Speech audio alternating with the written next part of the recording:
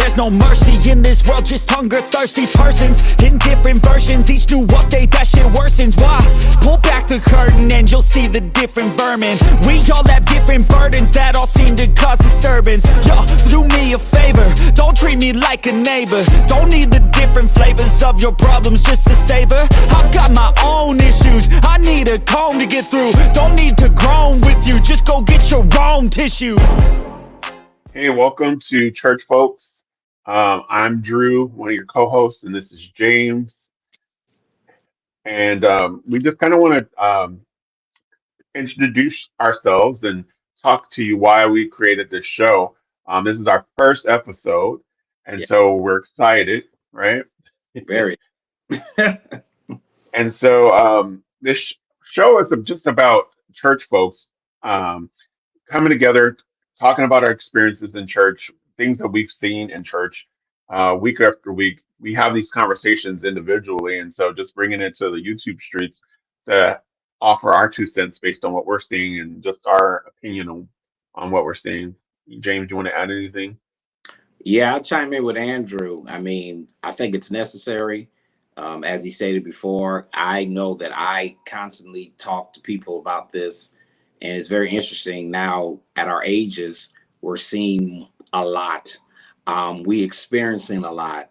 And this is just a platform that we can be able to communicate with those who are going to be watching and listening in, because you might feel the same way that we feel.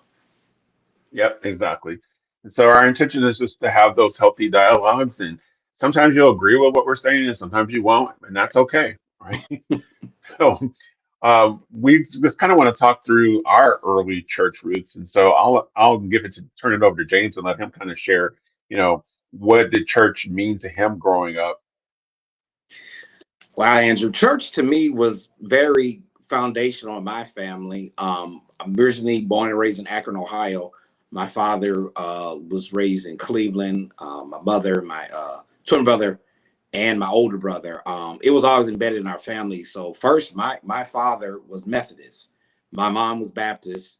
And in my family, we had a lot of different denominations. We had Pentecostal, we had Church of God in Christ, we had Catholic. So I said I'm a mutt when it comes to Christianity.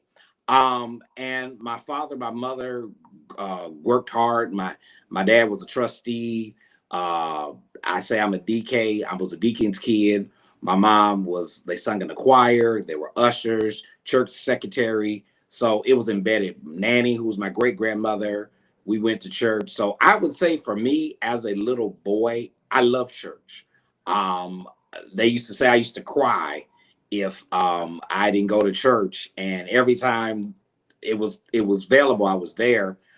They stated to me that I was with my twin brother. I was always passed around. So I would be in the choir stand. I would be in the back of the church with the ushers. I would be with the mothers. My twin brother, he only stayed with certain people, and that was me. So it was very foundational, fundamental. My parents taught us the Lord's Prayer, the Ten Commandments. We read Bible stories, and I saw my parents as they walked what they lived. Even though they have transition, I that's kind of my roots, and I was always in church. So Yeah, kind of my memory.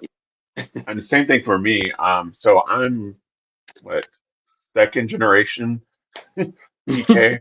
So Mm, my grandparents were ministers on both sides of my family. wow. And then my parents, my dad became a pastor. So I've been in church pretty much all my life. That's all I know that from the time I was born. And so um, every Sunday, didn't miss not once. If it wasn't our church, I was at my grandparents' church, or I was going to church with my grandparents constantly.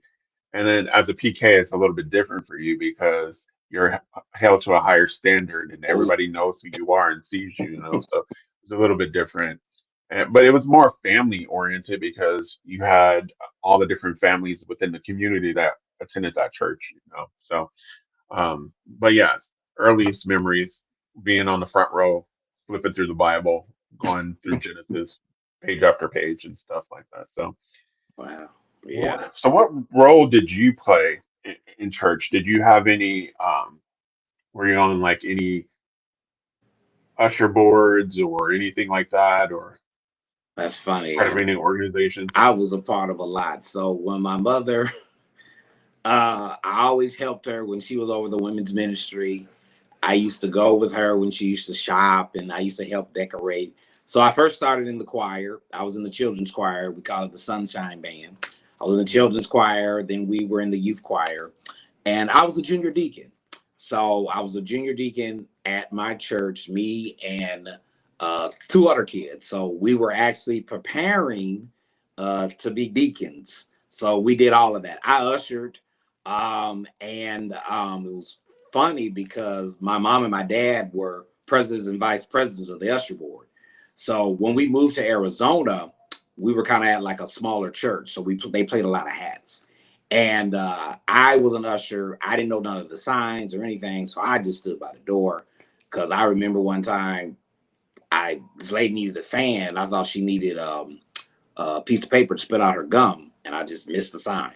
So it was just kind of hard. So I played a lot of roles growing up, but those were pretty much what I did, and and then we'll talk about what I am now. But I think that was preparing me. So what about you, Andrew? I know you talked about God. I don't. Yeah, PK kids, y'all. Yeah, y'all can't do no wrong. Right. I forgot to mention this too. So I grew up in the Church of God in Christ. That's my Oh, foundation. yes. So as far as any roles that I had, like I think more in my preteen and teen years, I was part of the television ministry. Oh, So my dad had started doing television ministry at a local studio within the city that we lived. And so on Fridays after school, he would pick me up and we would go and film there. And he would bring in different artists and he would do his broadcast and record and stuff. And so that's where I got into like the television ministry. So I was a part of that growing up a lot in church. I would be behind the camera, running the camera a lot of times, just recording and doing a little bit of editing, which is what I ended up going to school for, television broadcasting, which I don't do anything with regards to that's that right now in my personal life. But hey, we got this YouTube studio going on, so who knows, right? right. There But you go. yeah, that's kind of the main roles I played. Outside of that, just going to church every Sunday, just being there and volunteering time, for Mm, different events occasionally. So yeah. wow. Um, what did you love about church? What are some of the things that you loved about church? I think I love I love the people coming into church. I don't know. As a kid, I used to get whoopings. I love to see people shout, catch the Holy Ghost. I thought it was funny, but I used to get whooped about it. But I love people coming together. I love the singing, people being happy. We live. It's 2026. It depends on where you live. I know your Church of God in Christ, Born Baptist. So the hats. I loved how people dress Mm, in church. yeah, It's changed, especially yes, more for relaxed.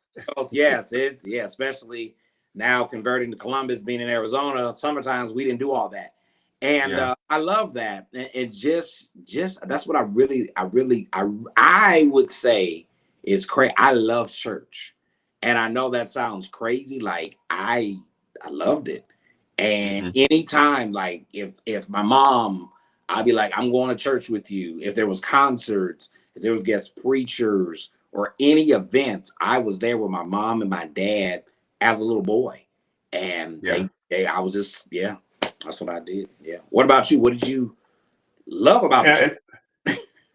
It's about the same thing for me Uh, too. I would say the music was the choirs. That was a big thing for me. mhm. Um, being a PK, a lot of times when we had holiday events.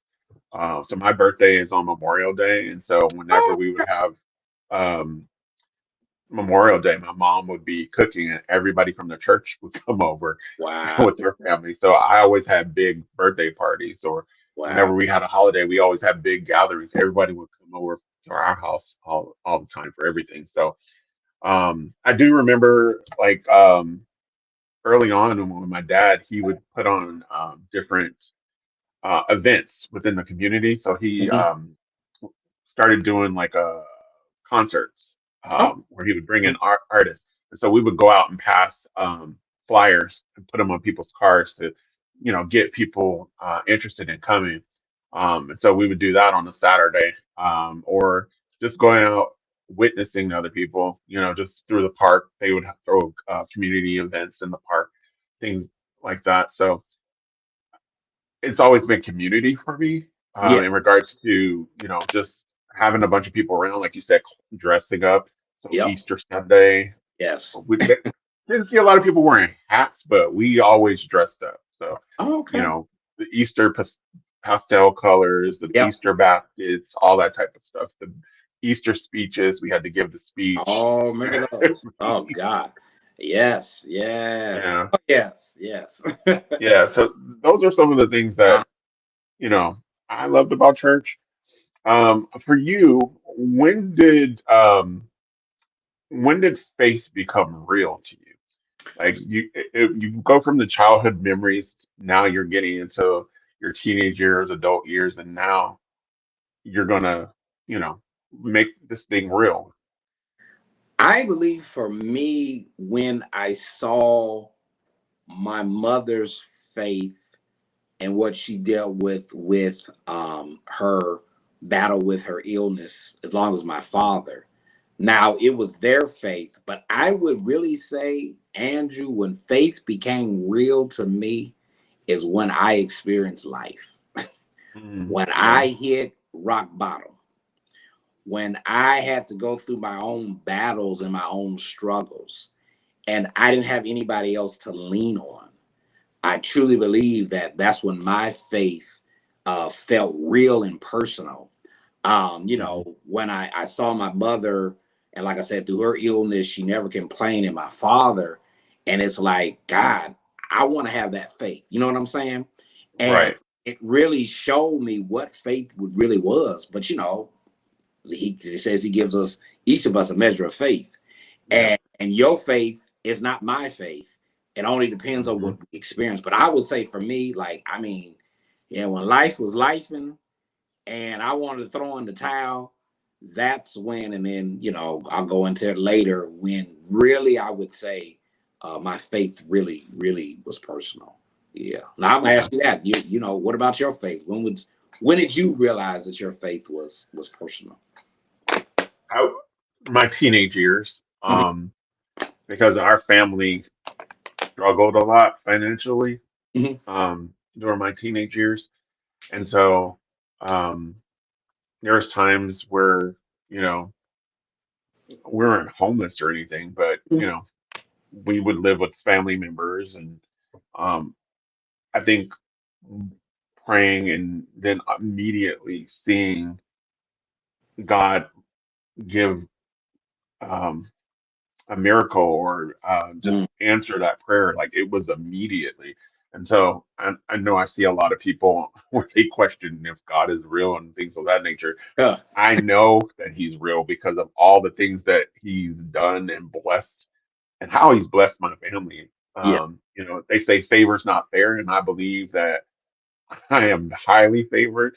And it's just not a saying that things just constantly work out on my Mhm. behalf. Now I do go through stuff just like everyone else, but Right. I see God's hand over my life and how He's changed and Mhm. worked things out. And so I think that's when faith became real for me, just because I've seen Him do many things for me. So, Yeah, that's real. That is. um, both of us. Let me put this out there. So I know James because we used to work together. So Right. I used to live in, I'm from California, so I moved to Arizona when I was like early 2000s. And we both worked for the same department store. And he worked for one of my friends who has passed away. Um, but she was a really good friend of us, and she was the life of the party. We God. miss her to this day. But that's how I met James is through her, and we used to go out and have breakfast and or late nights sitting drinking coffee and just Yeah. talking about different things and going to church and all that type of stuff. But Yeah. I think it was known that I was gay, but I never questioned you. And if I did, I've always been the type of person where I'm just like, I'm never going to ask anybody if they are. If you want to Mhm. share that with me, you share it with me. Or if you're not on that journey, it's not for me to like call it out. And so I never questioned anything. I just lived life, and you were my friend, and that's all that mattered to me. So for you, like, when did you know or suspect that you were gay? I would say in junior high, maybe junior high. I dated females throughout my whole time. But in one particular, I think it was like eighth or ninth grade. I got a relationship, and what happened was I end up I met this guy, and everything about this guy is what I wanted in a woman, and I did not understand it. Hmm. And I just, curiosity killed the cat, I guess, as you would say. So, and I want to segue that, Andrew, because I was so worried about other people. And Mm, yes, Andrew and I, we met. I mean, I knew he was. We had other co-workers, but I was afraid with people. And segue, I was called to preach, accepted by calling when I was 16. I got licensed when I was 19 and all of that. So all of my teen and life, I struggled with it. It was a weight that was mm, on my shoulder because I was so concerned. And I was like, God, is there something wrong with me? So, you hear all this stuff about, you're doing this, you're doing that. But when I decided to know that I was comfortable with James Robert Lewis and how he has made me, and it's funny, Andrew, everybody knew, even my brothers. I didn't tell them until I was in my late 30s. So, and what I realized that, and we'll probably talk about that when I actually came out. What I mm, realized is what the love that I had from people who really loved me. And yeah, I think that is where I'm at in my life and my age is that, I'm happy with who I am. And it doesn't affect what God is doing in my life. And yeah, I had to keep rehearsing that yeah. in my head to realize he called me. And let me tell you this, and I'm going to ask you the same thing. I tried, I said, God, remove it. I'm done with it. I can't live like this anymore. I don't, all of that. And I went, but I didn't have anybody to talk to Yeah, because I was afraid of people being judgmental. That right. makes so Well, yeah, it because was the a weight. church can be very judgmental, Oh right? my God, it was a weight. I mean, it Yeah. was a weight on and I carried it for almost 27 plus years. Oh, wow. And, you know, I won't even go there. I'm pretty sure my mother knew, but Hmm. there was times I wanted to tell my dad before he passed. I never did. You feel what I'm Yeah. saying? So it Yeah. was, yeah, but, you know, thank God I'm free. So, Yeah. I mean, what about you? I love that you asked that. Yeah. I tried Yeah. to hide it. I guess people knew, but I tried to hide it. I I've always known Mhm. since I was a kid. Just different things. I was always attracted to boys, but of course, growing up in the church, Yep. and you are told, or Yep. the they call them cluster or clobber verses that they throw at you Yep. in regards to God being against it, it's a sin and all that stuff. And we even had in our church when I was a kid, someone who was trans that would come and they would try to pray over him and like Mm. cast off the demons and all that type of thing. And so for Uh, me, I just knew that I could never yeah. be myself. Yeah. So I dated two different females, more in college, my college years, and I just knew during that time I was like I would always be looking at other guys, Same And here. so I was like, once I ended the last relationship, I said, you know what? I'm just going to be myself. Right. And it was just very weird because this is again how I know God hears you and also can answer prayers, because at this time I was in school and there was a lecture that was being had, and that lecture, it based on my prayer life, what they were talking about, it was like God was speaking to me and just Hmm. saying, I love you. I love you for who you are. And then the church that we were going to at that time, so my dad was no longer pastoring, and Okay. the church we were going to, that pastor, he started this series on God and his love. And it was just Mhm. like a lot of times when he would be preaching, it was like he was like staring into the depths of my soul, Yeah. and he could hear my personal conversations with God. And so I think that is what allowed me to finally be free and be myself. Yeah. Um, Yeah. and and when I moved to Arizona, I also, just said, I'm just going to be me. Whatever happens, it happens. I didn't date too many people when I was there, but later in life, I became more comfortable with myself and was able to, start Yeah. seeing relationships from that standpoint. But um, yeah, I think that a lot of times because of what's been said in church and the fact that it's a sin, um, I think it changes a lot of people in regards to how they try to, or I guess what I'm trying to say, you struggle more, right? Yeah. In regards Yeah. to coming to that realization and then also trying to deal with your faith. And that's why I believe that your relationship with God is a personal relationship. The one Um, said that person. The P I word is can't at personal.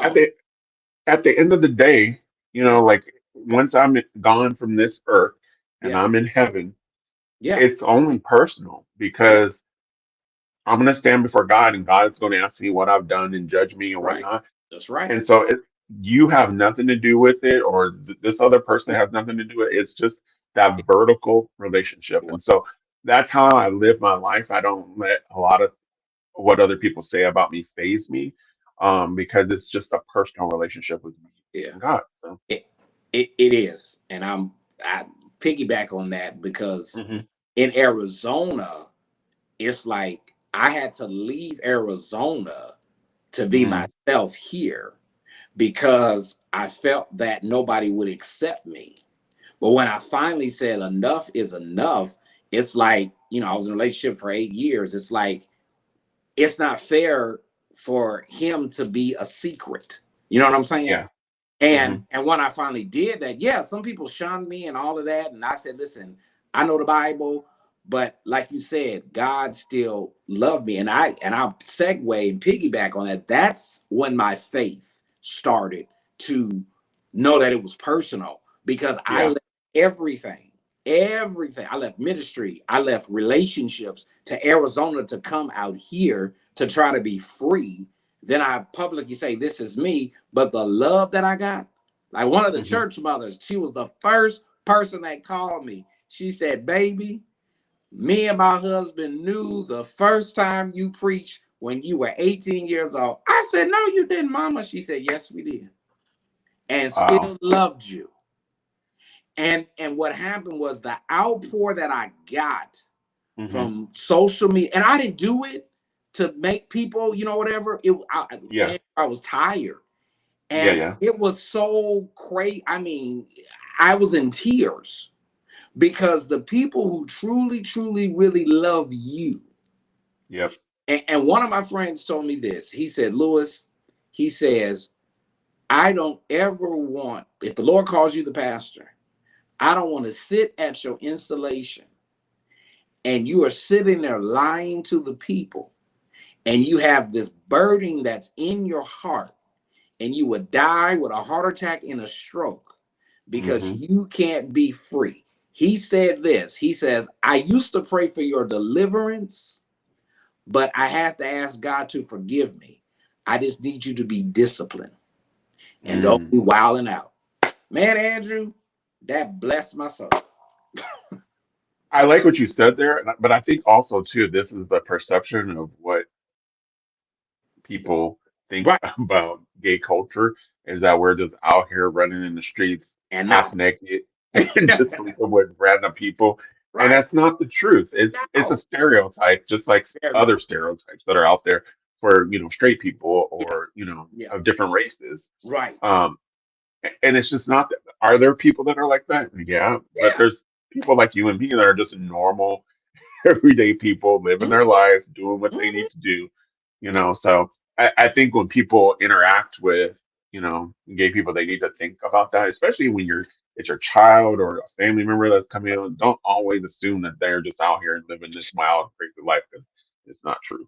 Listen, yeah, I exposed that to my twin brother. He came out here and visited me a year ago. He said, James, I want to see your world. Man, Andrew, he had so much fun. He was like, Yeah, wow. I mean, he's not homophobic, but he just never had right, a chance. As right. he said, listen, he said, I'd rather hang out with y'all than the straight people. Because he said they're always into stuff. And I thought that was hilarious. But it Yeah, was, and he said, wow. I said, yeah. And he's like, y'all, we're just normal people. yeah, Normal people. exactly. Yep. Um, what I was going to ask you, Mm-hmm.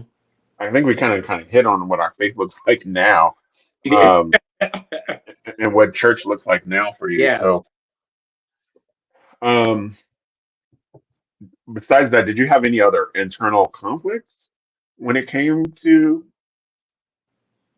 you coming out and kind of sharing that? Andrew, I felt that my days of ministry was over. Hmm. I felt that it's funny, my counselor said, you always said I. He says, I look back at your post and everything you said is I. I said, I'll never preach in a Baptist pulpit. I will never stand before a congregation. And let me tell you this and make it known. I know this is recorded. I truly believe that it was 2 years ago. I went back to Phoenix, Arizona, and I preached in a Baptist pulpit. And I think I was the first openly gay preacher to preach. Hmm. I will tell you, God has opened up doors out here where I am. And I mean, there's still hope. And those are those internal conflicts. There's a pastor, if you ever look him up, out of South Carolina, Dr. Brandon Crowley, pastor an old historical Baptist church. And when I saw him and I saw his story, Andrew, he inspired me. Hmm. Openly gay, has a gay husband, and is all over the world. And I reached out to him, and I don't like to do that, but I just told him, and he reached back. He's like, wow. He was like, man, you like made my day. And I told him that there's still hope. So when I saw that, an old historical Yeah, slave, you know what I'm saying? And I'm like, yeah, that was my internal conflict because I was like, will I ever stand? Will I ever teach? Will I ever do ministry? I was like, I just told everybody I'm done. But I think it was during that time I had to be on pause because there were some hmm, things that he was working on me so I can get myself. And it's interesting when I talk to people and when I go back to Arizona, they're like, you're not the same James Robert Lewis. And honestly, Andrew, I don't think I can go back right. because I was going to say, you know what I'm saying? They wouldn't be able yeah, to accept me. I'm not no, the same person because it's like it's a freedomness. Not to say that we're arrogant or anything, yeah, but y'all yeah, understand this thing darn near took me out. yeah, And y'all church folk almost took me out. You know what I'm saying? And not yeah, like you said, it's like even the times like I was going through and my father was ill, preaching, but going in the office crying. I was performing because I was yeah, performing because I'm about to lose my dad, another parent, but I was performing because I wasn't living in my truth. I fought these eternal battles, but who can I run to? right. I was like, if I open up to somebody, are they going to judge me? And that, and you said something very important there because you're supposed to be able to run to the church, right? And have them comfort you and kind of walk you through that Right, dark or difficult time that you're having, especially with, your dad being sick. right. But it's like now you're fighting this by yourself because you can't, in fear of shame Yep. or guilt, Right. that, you Yeah. know, what's Right. going on. Yeah. Right. Yeah. I think for Mhm. me, I always, I tested it out with my parents. Lucky for me, there was like the boom of, and I'm dating myself. I mean, you can see already with the gray, Oh. but talk shows were coming out, and so there was always this like, oh, this gay storyline on the talk show, and Uh-huh. so I would watch that stuff with my family, and Okay. just sit back and listen to see what their opinions are. Gotcha. And so my dad and my mom, they were always like, oh, if I had a child that was gay, I wouldn't treat them any different. I would love them. Okay. But not to me, I have an aunt who's a lesbian. Never knew that because of course she had kids and stuff. Hmm. Yeah. But and they were like, well, she's gay, and we love her. And I was like, oh, and so that that was my test to see if Got I it. would still be Yeah. accepted. Right. And so my parents never treated me any differently. That Wow. once I came out, I think my mom, she asked, how am I going to deal with my relationship with God? And I said, I that was my whole struggle for the past Yeah. year was that question. But God, again, through different ministers or even through, at the time, there were some History Channel shows. They were doing a special on Sodom and Gomorrah and how they positioned that. I was able to kind of break free from all of that. And I said, God's been talking to me and been showing me how much He loves me and that it doesn't matter. It really doesn't. Right. And He made me in His image Yep. and that He loves me. And so that's all that matters. And once I heard that and felt that from Him, I've been free. I've never had to second guess Him and His love for me because, like I said, God continues to bless and do things for me as I go through life in different stages. So that's never, really been a Yeah. concern for me. So That's that. yeah, Yeah. When you when my friend said there's nothing wrong with you. He loves you. He made you. And I yeah, think we had to. And you talk about Solomon and Gomorrah. Oh my God, that is the most misrepresentation story. yeah. And we can talk about that in our next episode. We'll Yes, dig into I that got specifically. so much to say about that. It's Yeah, sad, and it yeah, really is. it really is. Oh my God, it really is. Yeah.